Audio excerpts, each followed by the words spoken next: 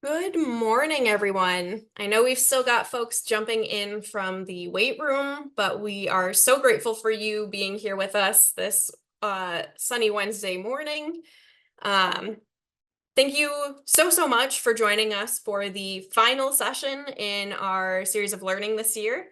My name is Danielle Hubley, and I manage advocacy and education with the Partnership for Strong Communities. We've been so excited to host this series where we've been engaging in a wide range of conversations with advocates and leaders in other sectors, talking about the impact that a lack of safe, affordable housing has on their work. Some quick housekeeping before we dive in today. The session is being recorded and will be published to the partnership's YouTube channel, usually within the week. But we'll make sure to send an email to folks who are registered today to access that recording once it's available. Also, if you have any questions or you want to contribute to today's conversation in any way, please use the chat box at the bottom right-hand side of your screen and join in the conversation. We'll aim to get through as many questions as we can towards the end of the presentation. The hour always goes faster than we'd like it to. So I've asked the presenters to share their emails in the chat if we find that we're getting close to time, but you still want to have some dialogue afterwards. It's one of the main goals of this is that we're having conversations today and beyond today. So please join into the conversation, ask any questions you have, and we'll make sure that you have a touch point to today's presenters beyond the conversation in case you want to carry on any of the learning beyond this space. If you are looking for learning opportunities outside of this webinar series, we have a conference in November. It's going to be November 18th and 19th. All of the learning of the conference content will be fully virtual and free to access. So please plan to join us. As you can see on the screen, we've got some really great keynotes lined up. On Monday, we'll have Jerusalem Demsis joining us to speak about her work writing with The Atlantic. And then Tuesday, we'll be joined by Brian McCabe and Eva Rosen, who will be speaking about their work with the book, The Sociology of Housing. So super excited to have them. There is a QR code to register. Kayla is also graciously going to drop a link in the chat to register. You can find more about all the great sessions we've got going on, but there's a ton of content, there's a ton of information, and some really great leaders and speakers lined up. So please plan to join us there. So with that, let me first introduce you to the partnership and why we're hosting this series. The Partnership for Strong Communities promotes equitable change in Connecticut housing policy by coordinating advocacy, we advance research, and we unite diverse partners. Our vision is that everyone in Connecticut has a safe, stable home that's affordable to them in an equitable community of their choice. And we operate under the belief and foundation of our work is that housing is a human right. And our mission is carried out through partnerships. We are committed to policies and practices that reduce disparities in housing and within our organization. We ground our work in facts and data to dispel myths, challenge stereotypes, and fill gaps in knowledge to drive change. And we prioritize housing solutions that will be affordable and sustainable long-term, focusing on the full spectrum of housing needs and experiences now and for generations to come. So how do we actualize our vision? We know that a healthy housing system necessitates a comprehensive approach intertwining housing affordability, creation, choice, and stability. People need to be able to afford their homes while meeting their other basic needs. We need more physical homes, period. We need all different kinds of homes for people to choose from in all communities across the state. And most importantly, people should have the right to safe, stable homes and to be supported from experiences of housing instability, eviction, and homelessness. So this is really how we're weaving a housing system that prioritizes the needs of our residents and that supports strong families and strong communities. Considerations for environmental sustainability in the affordable housing sector exist across all four of the priority areas you see on screen, from where we choose to build housing, what we build that housing with, to the impact it has on the health, safety, and well-being of the families and individuals that reside in it. Across the country, communities are grappling with how to address and respond to two major crises, right? The lack of safe, affordable housing and the growing threat of climate change. Though each will inevitably require distinct policy interventions, they're far from separate issues. As we work to increase the production and supply of homes in Connecticut, we should also aim to ensure that those homes are not located near sources of waste or pollution, and that we are investing in building homes that are sustainable for current and future generations, and homes that can withstand increasingly dangerous and destructive environmental hazards. We have a responsibility not just to build housing, but to build homes in communities that facilitate the health and well-being of our neighbors and our planet. Interventions must also consider the historic racial disparities resulting from redlining and inherently racist development practices that have disproportionately impacted people and communities of color. There was a 2020 report from Princeton Student Climate Initiative that found that people of color are more likely to die from environmental causes and are more likely to live near hazardous waste. I'm going to have Kayla drop a link in the chat as well to a National Low-Income Housing Coalition article, which I wanted to share a quote from that reads, "Without intentional recovery processes that prioritize the needs of current low-income residents, many structural mitigation efforts result in the upward transfer of housing to the wealthy, who disproportionately benefit from the enhanced resilience of communities, while longtime residents find themselves displaced." So yes, today we are talking about the intersection of affordable housing and our environment. But that also overlaps with our individual, our community, and our government's values. We are not just talking about creating and preparing housing for worsening storms and changes to our climate. We're talking about creating places that people will live and work in, places where people feel safe, places where people feel connected, and places where we feel we belong. We need housing that is affordable, safe, and accessible to all people. So I'm excited to turn the conversation over to our presenters, but I do really quickly just want to define what I mean by intersectionality. So intersectionality is a framework for conceptualizing a person, group of people, or social problem as affected by a number of influences. It takes into account people's overlapping identities and experiences in order to understand the complexity of those experiences that they're facing.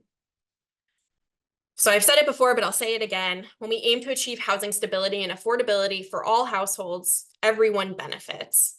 Protecting our lowest income renters builds a stronger baseline for the safety and stability of all of our residents. When households have a stable home, they are better able to meet other important basic needs like food, childcare, healthcare, and are more likely to invest in their communities, attend events, engage in services, and participate and build relationships with local businesses, which we know creates healthier communities and more active local economies. And the quote you see on the screen, I like to share, because I have to plug Brian and Eva. I'm so excited for them to come and speak more about their book. This is a quote directly from the book, but I do really think it reinforces how central housing is to so many different conversations, sectors, and to people's individual and social lives. So as always, while we explore the intersectionality of the topic of housing, we must also acknowledge its inextricable link to the land that we're living and building on. While we know that there's still a lot of work for us to do in addressing our history and the impact it's left on many families in our community across the state, you can certainly start that process by learning a little bit more about the land that you live on. I always love this resource. We'll share it in the chat, but nativeland.ca is a great place to orient yourself to the history of the land you live on, the first peoples who lived here, and where we are now and the relationships that exist. So I always encourage that learning. And with that, now that you know why we're here and what our goal is today, it's my pleasure to introduce you to today's panelists, who will kick off today's conversation on the intersection of affordable housing and environmental justice. So with that, I'm going to pass it off to Pete Harrison to get us started. Awesome. Thanks, Danielle. And thanks to the partnership for hosting us here. Let me just throw up my slides. So that was a really great introduction, and I think centering the conversation. Part of what I'm really excited about this conversation, the fellow presenters on this, is to break down that perception that the housing crisis and the climate crises are separate. Certainly at Desegregate CT, we really view them as the same crisis. which demands a lot more intersectionality, as Danielle pointed out.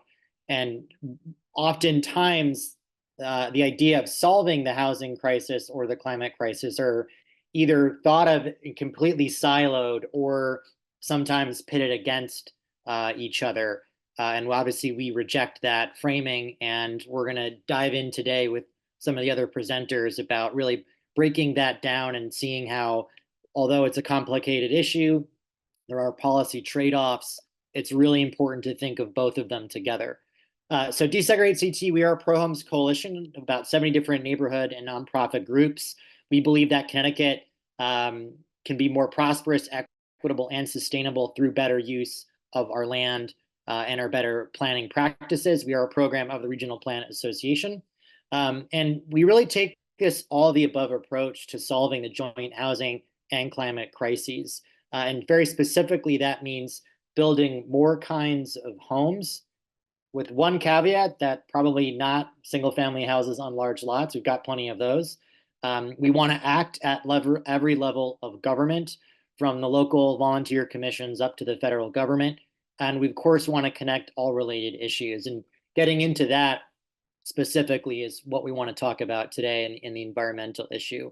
So really just what I'm going to do very quickly for my section is just give a little bit of some context of where we are both in the housing crisis and where they interact with the climate crisis. So we know that Connecticut is economically and racially segregated. About 70% of the residents of color in Connecticut live in just under 10% of the municipalities, concentrated heavily in our urban corridors. We know that that's not an accident. And we have really zeroed in at Desegregate CT talking about this idea of sprawl. It's a term I'm sure folks are very familiar with, but we've really identified it as this key problem blocking us from solving the housing and climate crises. And the way that we define it, specifically in the land use context, is it's single use land. So it's residential, commercial, industrial, all separated. It's low density, meaning that there isn't a great concentration of resources in one particular place. And most consequently, it's car dependent. Because we separate uses, because we have low density, we tend to have a really spread out car-centric built environment. So this idea of sprawl is really at the core of the problem we face in Connecticut and across the country in trying to not only address the housing crisis, but address it as we're addressing the climate crisis. And we really define sprawl not just as a land use practice, but really an ideology. And I think that's good framing to understand the political side of trying to overcome sprawl. But when we talk about the ideology, it is an economic system that privileges home and car ownership and related actors in that space. It's a political system that disenfranchises urban residents, home renters, and transit riders who disproportionately are people of color and lower income. And it's also a social system that isolates certain types of people and undermines certain types of activities. So when you think about it as an ideology and you realize how deeply embedded it is in Connecticut, the United States, you begin to see why it's hard to dismantle it, but also why it's so important to do so. So just quickly, we really break down sprawl into three acts. And Danielle already alluded to the first one. But Act One is that really sprawl separates people by race and class. We know at the federal level, at the private sector and financing, all the way down to the local level in the early 20th century, there was a really conscious effort to separate people of race and class. And redlining is the most famous part of that, but really by the 1960s and the Civil Rights Movement, the Fair Housing Act of 1968, that became illegal.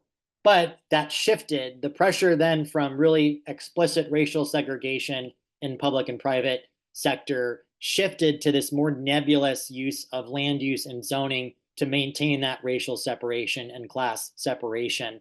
So this great downzoning period that swept through the United States in the 70s and 80s, and certainly in Connecticut, was really sprawl recognizing that legally race could not be enforced as separation. So therefore land use had to take up that slack. The second act of it, counterintuitively, everyone thinks of sprawl as this kind of endless growth further out. But we actually want to subvert that. Sprawl actually prevents growth, and it prevents it in some very specific ways that are impacting all of us in Connecticut today. Folks that are familiar with our zoning atlas will see everything in gray here versus everything that's in purple here. So in purple is where single family housing is allowed as of right in Connecticut. It's about 91% of residential land. Here is where multifamily housing is allowed as of right, which is only about 2% of land.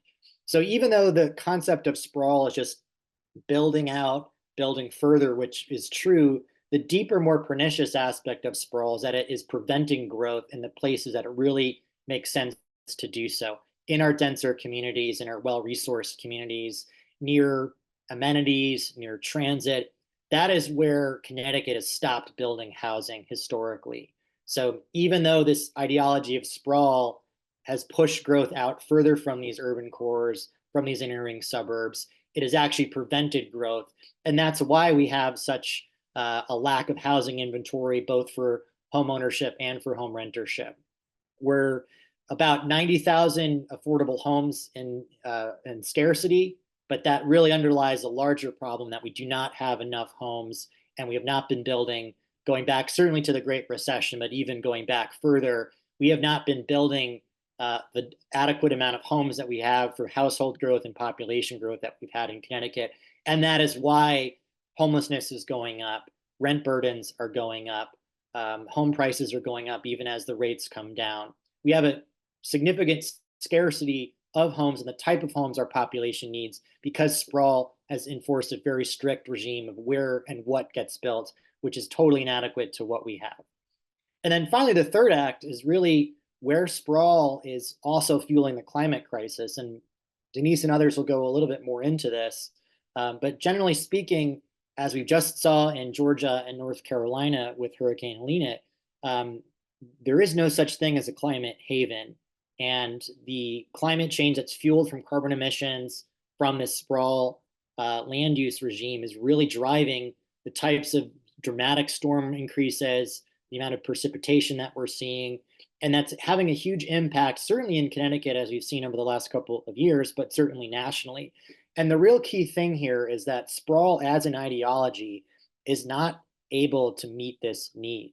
And what we're going to see more than anything else is the insurance industry and other financial industry actors are recognizing the true cost of climate change and sprawl. And it's going to be a significant change in where people live and what people are able to afford and where they're able to afford to live.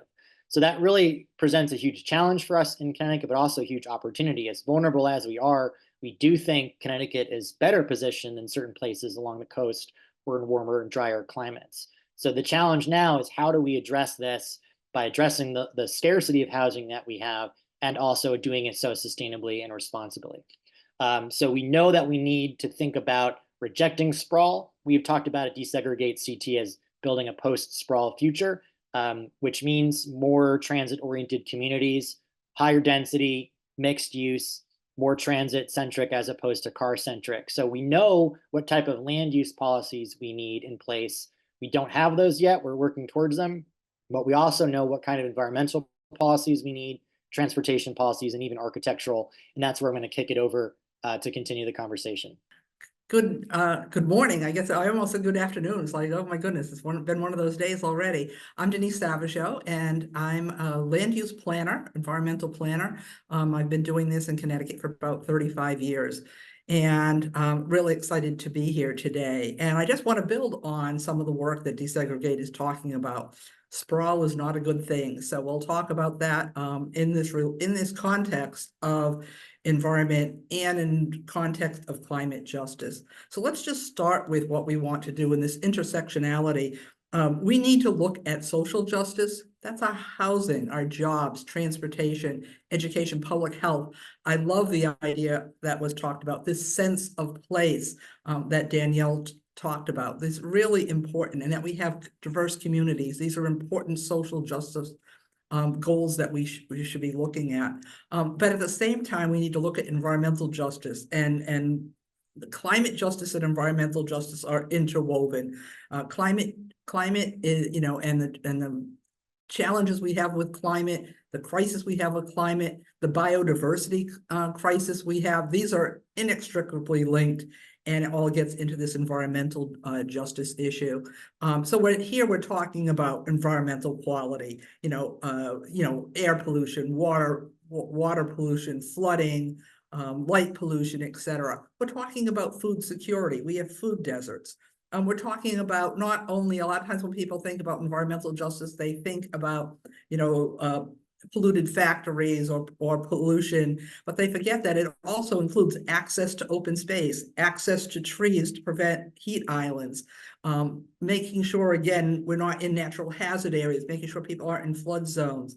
And then the idea of climate mitigation and adaptation. Are we making sure that those are all part of this? And again, that climate piece impacts all of this environmental justice we're talking about.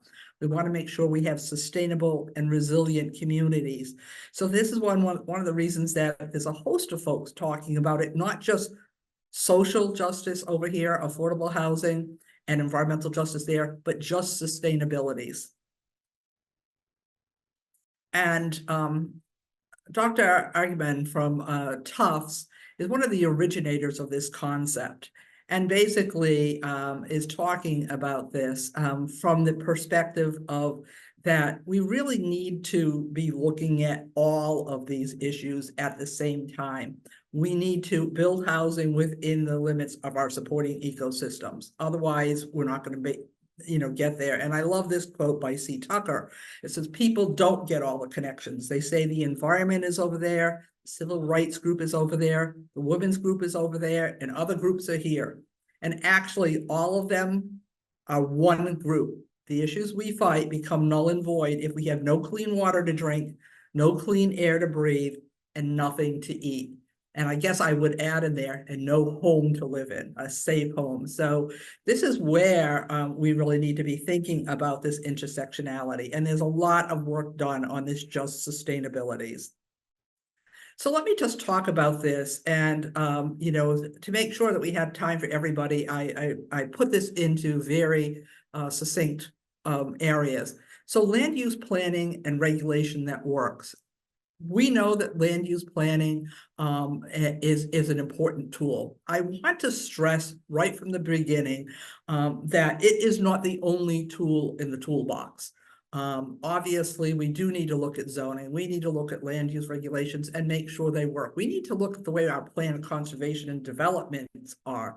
But we also need to use those tools the same way to protect and to encourage growth where we want it. So, because one of the things that we kind of have heard in the affordable housing discussion is, let's get rid of land use regulations, or make the streamline them. And I think we want to make sure they're efficient. But we also want to make sure that they're doing their job. And I'm just going to put this out there the same way. Zoning was misused, but that doesn't mean we get rid of zoning. What we do is we use zoning right, and I'll compare it to voting. We all know that voting was a misused tool, that we use voting to segregate and to discriminate against people and not giving them access to voting. But we didn't say get rid of voting. What we said was give them access and make sure the voting rules work for everyone. And that's what we need to do with zoning. It's a great tool. And so how do we make sure that we're zoning to get what we want? So that we're zoning to make sure that we're not encouraging sprawl. How do we do it right? Similarly with other land use regulations, inland wetlands, water courses. This has been kind of a real bone of contention, and people are looking at that. And I would like to say that's one of the ones when we're talking about climate justice, protecting our wetlands is critical to preventing flooding and making sure we have adequate water supply and make sure that the water is clean. Those are all functions of wetlands. So making sure that those ecosystem services are in place. Really, really, really important. So we need to balance, again, the affordable housing with these environmental regulations. How do we do them right? Really important things that we're talking about there. And we need new economic models. And this is where I was saying zoning and land use isn't the only tool in the toolbox. Right now in Connecticut, we have two basic economic models for affordable housing. One is to rely on the private developer to come in and put in affordable housing and using, the zoning regulations we have in place to do that. And that doesn't necessarily work. And then there is a contention. I want to point out that home builders are also a lot of times speculators. And so driving the housing market, and when you have a very strong housing market like we have in Connecticut, we need to be thinking about, is it the private sector? Is it in their best interest to do this? So how do we look at a different type of economic model? The other economic model we have had is to then just do affordable housing from a government perspective. And from a government perspective and fully funded housing, that's problematic in terms of if we don't put enough money in and we don't make sure that we have the tools in place to do it right. That's where, for example, we tend to ignore environmental justice issues. The number of affordable housing and other amenities that I have seen is they come in, they're going to put, for example, solar on the rooftop, because that would be a good thing. Now the residents of that housing complex wouldn't have an electric bill. They would have solar on their roof and have their solar and wouldn't have an electric bill, or would have a reduced electric bill. But what happens is the first thing that gets cut when all of a sudden they end up having budget constraints, let's cut the clean energy. So they don't have clean energy, they don't have energy efficiency. These are things we need to be thinking about. And then I just want to put out there that we need to be thinking about removing other systemic barriers. If we want affordable housing, we do need to think about the wealth gap. So we need to be thinking about good paying jobs. And from a climate justice perspective, we need to be thinking about green jobs. We have a whole economy now that's going to be built on affordable housing, on the climate justice and energy. And how do we make sure that the green jobs are happening in the communities where they should be? So I think if we tie that to affordable housing, making sure those green jobs as we green up our housing is really important. So let me just talk about a few things that I think that are important. We need to explore the new land use planning regulations for affordable housing that are just and sustainable. And I know the next presenter is going to be talking about green buildings and energy design, but we need to start right at the beginning with low impact development. That means that we should be developing and doing smart growth. Where do we already have housing? Where do we already have development? How do we maximize that space so that we're not doing sprawl? Sprawl isn't good for the urban community. It takes people out of the city and makes the city not as vibrant. And then sprawl also doesn't help in the more rural communities, because it's starting to eat up all of the land, and we end up losing those ecosystem services that what we rely on. So we need to make sure that we're looking at that low impact development, that smart growth opportunities, that where it's more transit oriented. Where should we be building? And again, a low impact development is an anti-sprawl development strategy. We also need to make sure that we have access to broadband, that we have clean renewable energy, distributed generation, battery storage, water and energy efficiencies. All of these should be required. If we're building housing that's truly sustainable, we shouldn't be saying, oh, we can't afford to not make these apartments or these new houses energy efficient. We need to build that in to the codes. In areas where we have flooding, coastal areas in particular, we need to move affordable housing units out of those areas, but we don't do that by allowing gentrification.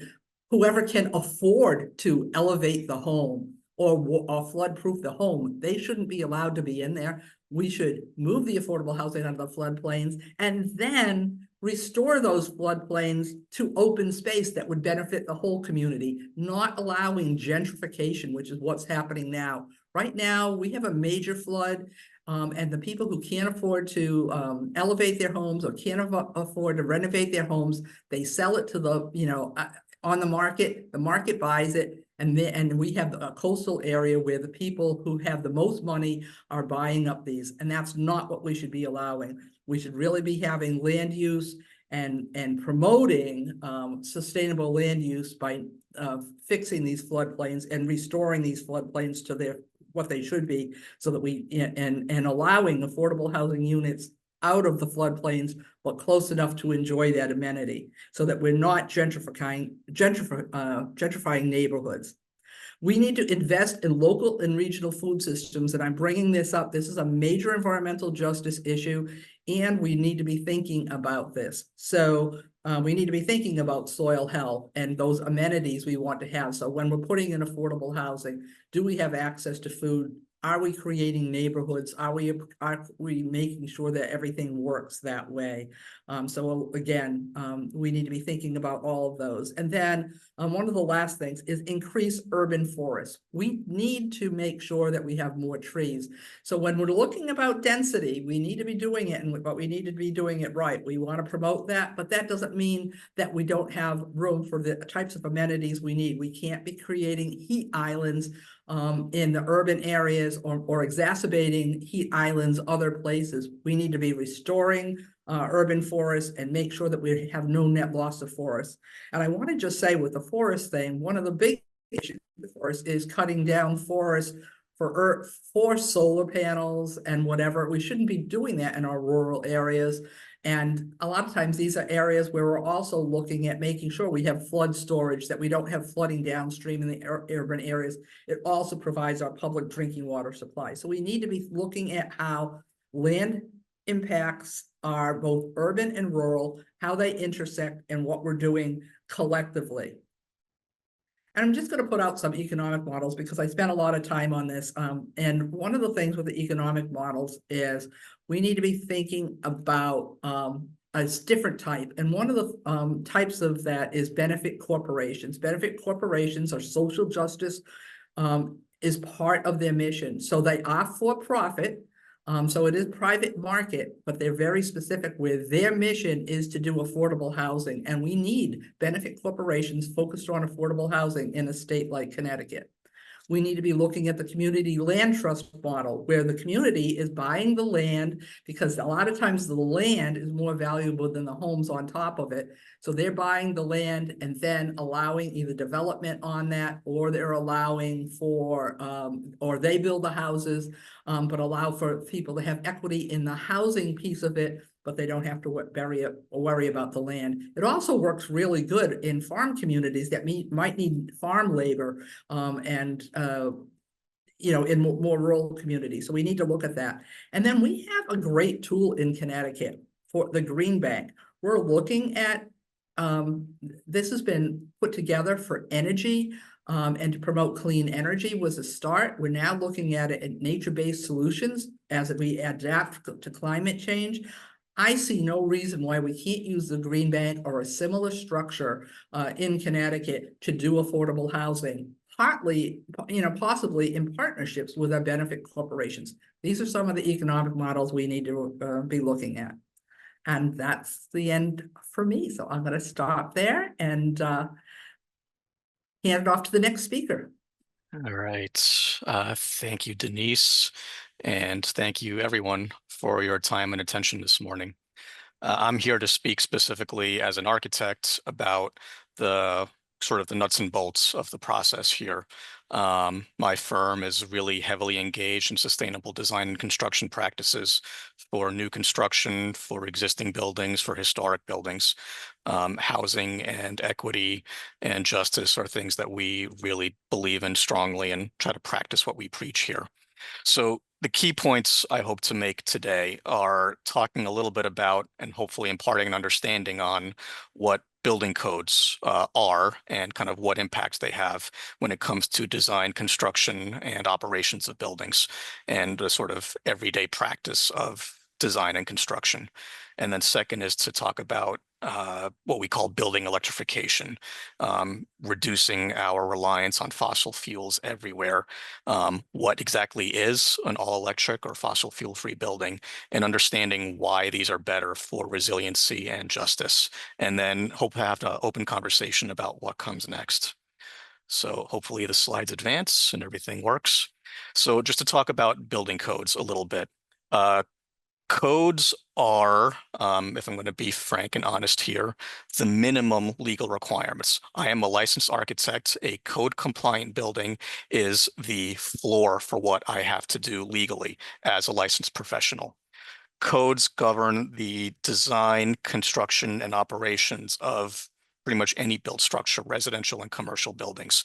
Talks about use, talks about heights and areas, structural systems. We talk about earthquake zones, or we talk about flood zones.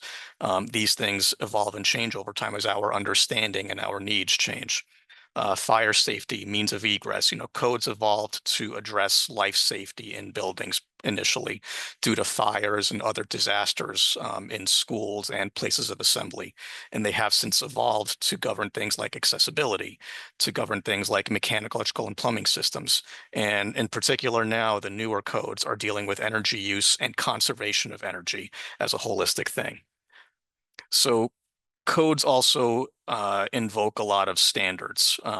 And these are things like UL or ANSI that you may have heard of before, or even gets into things like door blower tests or HERS ratings. These are common practices and standards that help you kind of benchmark or use data to say, here's a certain level we need to hit, whether it's sizing your doors and stairwells the right way for means of egress, or the number of air changes per hour that your structure has to accommodate for ventilation purposes. All of these things are very kind of data mined and cataloged, and that's good because it's a tool for us as designers, as contractors, and as code enforcement issues. But I also want to point out the challenge when you're talking about code inspections. Building inspectors, fire marshals, these are gentlemen and ladies who are trained very specifically in life safety. They do inspections, they walk through and check that wiring is done properly, plumbing is done properly, lighting, signage, stairs, all of this is working the way that it's supposed to. They are not as well equipped to handle issues of energy conservation, because that's not really the kind of thing that you sort of drop at a dime at the last moment before you open the building. Energy use is something that happens all year long, and how energy use gets optimized is something that we have to think about from an enforcement standpoint. So in Connecticut, for those who may or may not know, hopefully this is a review for most folks, but Connecticut does have a specific state building code that we as design professionals and construction professionals are mandated to use. And this governs everything from new construction of buildings to repairs, additions, alterations of any kind of stripe, whether it's a light renovation, you're repainting or refreshing some finishes, to heavy renovations where you're knocking down walls and changing layouts of buildings. And this also governs historic buildings. So the state code is regularly updated on a 3-year cycle now. The state adopts a suite of what we call model codes published by the International Code Council. And I'll be sending a bunch of links as part of this presentation that you can reference at your convenience. Connecticut reviews the model codes and then makes amendments to them specific to our state, again, for accessibility or means of egress or energy compliance. And this is done by the State Codes and Standards Committee. And this is a group of volunteers who are, again, construction professionals, architects, engineers, code officials who review the codes and publish these changes. So right now we are on the 2022 Connecticut State Building Code, which uses the 2021 International Code Council suite of model codes. We are updating to the 2025 codes as of October 1st of next year, and that will be using the 2024 suite of I codes. Now, the reason why codes change is because, let's be honest, the needs of society and the complexity of structures changes over time. So what worked 10, 20, 50 years ago doesn't work today. And this is a good thing, especially when you view it in light of or in context of what we're talking about in this broader conversation about equity in the housing market in particular. So what does that mean? What impact does that have? Well, let me just caveat here. This diagram here is not for Connecticut, but it's to illustrate the general trend line. So in the 1980s, codes were much more loose and lax. They keep on getting stricter. They keep on getting more tight as far as levels of insulation, levels of air tightness, requirements for lighting, requirements for mechanical ventilation, requirements for windows. And this is all because I think it's common sense, but just in case it's not, energy costs a lot more now than it did in the 70s and 80s. And we also know that fossil fuels are causing a lot of damage to the climate and also to human health. Resources are finite. Oil is not going to last us forever, despite what big oil would have us think. So we need to be focusing on kind of renewable and regenerative practices that aren't just taking, but also putting back in. And codes are a means of achieving this. Again, I referenced human health and well-being. Fossil fuel byproducts are toxic and they are the source of chronic stressors on our bodies. And so how do we eliminate those? And also address other elements of health and well-being. You know, asbestos was viewed as a miracle material once upon a time because it was lightweight, it was durable, it was flame retardant, and it was insulative.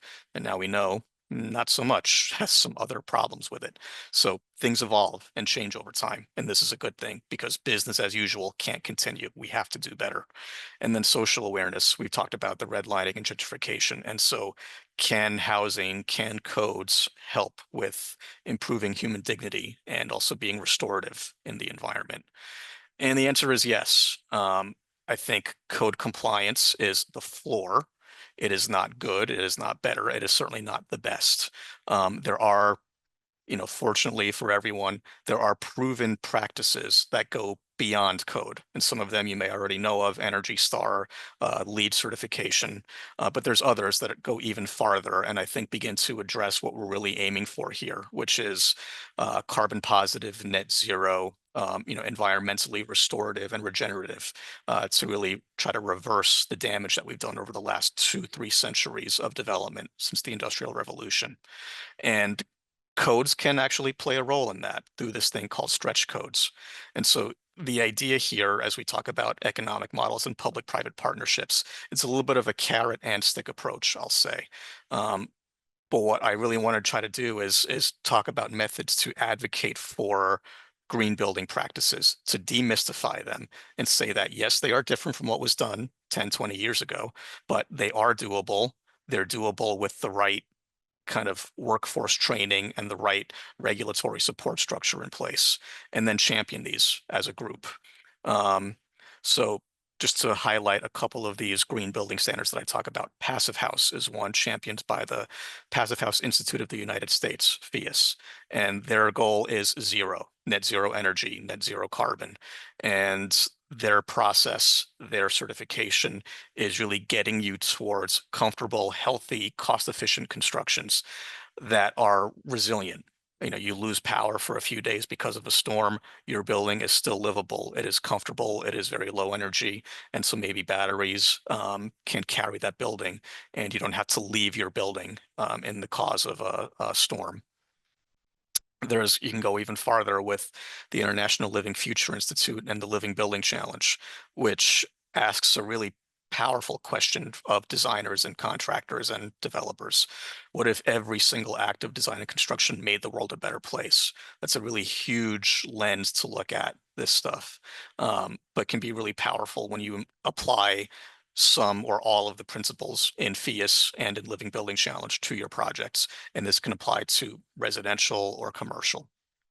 Stretch codes, this is a hot flash topic, but a stretch code is saying that for energy use, we're mandating that you go beyond what's in your baseline code. So if the 2021 International Energy Conservation Code mandates a certain threshold, a stretch code means that you've got to go 20, 40, 60% beyond that. And this is being done in other parts of the country. I believe Indiana just passed a stretch code, and we have them available in our neighbors. New York and Massachusetts both have stretch codes. And this stuff is working, believe it or not. in Massachusetts, and again, I will share these links with everyone. They're in the PowerPoint here that you can see.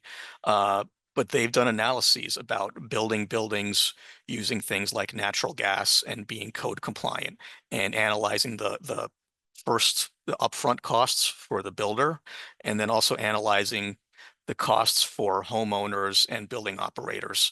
And so using natural gas, which for years was viewed as a quote unquote clean source of energy for heating your building, providing your hot water in your building. We're realizing that not so much. There's a lot of other order issues by using natural gas. And so instead, can we decarbonize by going all electric, using heat pump technology, using geothermal technology, and again, using stretch codes in a way as to incent these things. And that, again, with the right incentives, tax credits, this requires a village to deal with, not just the trade practices for construction, but also the incentives that can be offered for tax credits or utility rebates, that the baseline code versus building to stretch code can provide savings to both the builder and to the owner operator of the buildings. And this report, I just isolated a couple slides for a 6-story multifamily, but Massachusetts has this data available for small and large residences and for larger townhouses or apartment buildings. So this stuff works. You know, we're not making this up. We're not saying it and then not proving it. There is demonstrable backup to all of these things. So I will just touch quickly, because I know time is limited and want to get to the next presenter. What is a fossil fuel-free building? Why is it better for people? So this is the building that I'm sitting in right now. This was our office building prior to 2020. And on the right-hand side, you see all the utilities that are being brought into the building: electrical services, gas services, kind of the complexity of how it's distributed and how our heating and cooling system worked, that we had multiple furnaces that would power our heating system, but was drawing air from a musty and stale basement and then running it through ductwork all up and down the building. And natural gas, any fossil fuel thing has byproducts that are noxious for us. And so all of these things are not great for us, as opposed to now, after our renovation, where we looked at this holistically, upgraded the building envelope, upgraded the mechanical systems. So now we have much lower demands on the electrical grid because our power use is a fraction of what it was before, even though we're all electric. We don't have gas service anymore, so no gas fumes. That natural gas smell that is not great for us is gone from our building. And we also have photovoltaics that provide about 90% of the power that we need for our annual use. So this is stuff that works and is demonstrably doable. So just a quick question or a quick touch on what comes next. Again, we're updating our codes in October of next year. I think we need to talk about workforce training, and this applies to everyone: the design, construction, and enforcement aspects. Developers and stakeholders, these organizations like Desegregate Connecticut, like the Partnership for Strong Communities, all of these folks should be aware of the issues that we are grappling with and help us champion these things. And the last thing I'll touch on is the fiscal argument, and that is the U.S. Chamber of Commerce has published a study that notes for every $1 spent upfront on climate resilience and preparedness, $13 are saved downwind in damages, cleanup, and economic impacts from repairs. So could we have done better before Helene? Yes. Could we have done better before Sandy and Irene? Yes. What's coming next? I don't know. But if we invest now, there'll be savings downwind. So thank you for the time. I will now stop sharing and turn it over to Jay. So I'm Jay Stange. My last name is just like Strange, but there's no R. And I'm the program manager for the Center for Latino Progress's Transport Hartford program. For those of you who haven't met me or our organization before, let me just give a quick heads up about what we do here. For the last 50 years, the Center for Latino Progress has served the primarily downtown Hartford neighborhoods of Frog Hollow and Parkville and South Downtown, where we have, as a sanctuary city, a large immigrant population. And our organization has provided immigration services, workforce development, language skills, and numerous other community services for 50 years here in the primarily Puerto Rican neighborhoods in downtown Hartford. About 10 years ago, realizing that many of our residents in downtown Hartford were struggling with transportation, we opened a community bike shop called Bicico, which stands for Bicicleta y Comunidad, bicycles and community. And we provide more than 4,000 phone calls and shop visits and other interactions to customers in our shop downstairs on Park Street here in the city of Hartford for people who are transportation deficient. And so my job at the Center for Latino Progress is to work with folks who use the bus, who walk, and who ride bicycles or scooters in downtown Hartford. We have a program called BC Path where we upcycle bicycles that are donated to us that used to be shop quality bicycles. We rebuild them and give them out free to people that need transportation in the city of Hartford. We call that BC Path. We have a program where we're a partner right now and a subcontractor with the city of Hartford to do safe streets advocacy. So we do walk audits where we examine pedestrian and vulnerable user dangers in the city of Hartford, and we advocate along with the city of Hartford for safer streets and safer street design, including things like traffic diverters, bike lanes, and other infrastructure improvements to make the city of Hartford a safer place to be a person who walks or rides their bike or uses a scooter or the bus to get around. We also are working with a number of partners in the state of Connecticut to organize a Transit Riders Union of Connecticut. There was a huge outpouring of bus use ridership in 23 when there was an ARPA grant to provide free bus rides for CT Transit buses in the state of Connecticut. And we are trying to build on that benefit to support increased bus ridership and public transportation use here in the state of Connecticut. And one of our goals this year is going to be to get a free city bus pass for all high school students in Connecticut, incorporated into funding and CT Transit policy. So that's what we do. And the reason why we do it, as Pete Harrison indicated in his presentation earlier, 70% of the residents of Connecticut live on 10% of the land in mostly the urban places here in Connecticut. And Hartford, which is the example I know best, is not unique in the way that urban renewal after World War II, which was powered by the 1949 Housing Act, so really affordable mortgages, and then by the 1956 Eisenhower Interstate Highway Act, in cities all over America, and Connecticut, like I said, was certainly no exception. We built interstate highway systems right through the middle of our prosperous cities, and essentially with urban renewal and a lot of the redlining that you mentioned, emptied a lot of our urban cores here in Connecticut for housing that was built in the suburbs. So in Hartford, I have a picture here of 1934 versus 1970 approximately, where you can see the 84 coming in across the river and the 91 going north-south along the river, which eliminated huge downtown neighborhood sectors that had been inhabited by Italian and Black families, as well as Jewish families in the North End. A lot of those families who couldn't leave restructured their places in Hartford. Many families left, taking advantage of things like the Housing Act and the GI Bill to get out of this city. So the way what that's left us is a city where 26% of our city center is off-street parking for people who are arriving in Hartford to work from all over the place. And our population in Hartford is 125,000, but during the workday, that might be 200, depending on workforce habits these days, 200 or 250,000 people.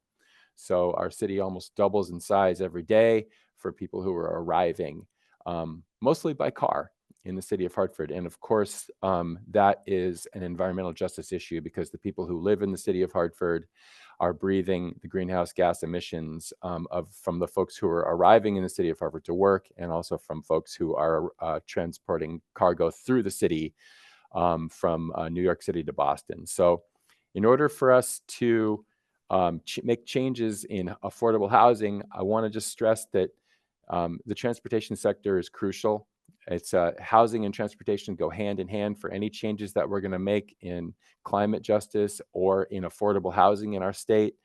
42% of greenhouse gas emissions in Connecticut are from the transportation sector, and that's a number that's rising. And as municipalities start to revisit their housing codes and permitting structures to increase housing supply in Connecticut, we're going to have to make sure that we do that with mobility in mind. So when I talk about the costs of people's lives here in Connecticut, in downtown Hartford, 93% of our Frog Hollow residents are renters, and most of the folks that own the housing stock are from out of state. They're LLCs and they're big corporations outside the city of Connecticut. We're going to need to, in order to improve air quality, in order to improve affordability for housing, we're going to need to talk about transportation. It's absolutely crucial. It's $8,000 to $12,000 a year for somebody to own a car.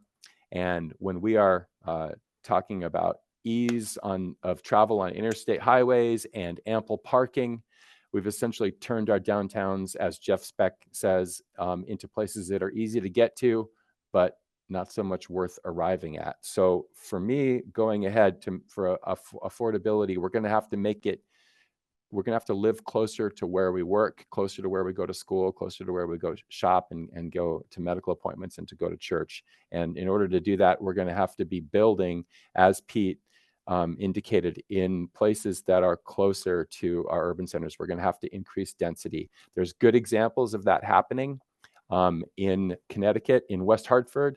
For example, when residents were asked there about a new fast track, which is a bus rapid transit system between New Britain and Hartford, would they be interested in general density increases? And as you can see here, more than half of the people that were surveyed during that process in 2018, 2019 said, yes, we would definitely like to see more density as long as it's incorporated to be close to the existing transportation structure. So we're not going to be able to make changes in housing in Connecticut unless we can also incorporate mobility solutions.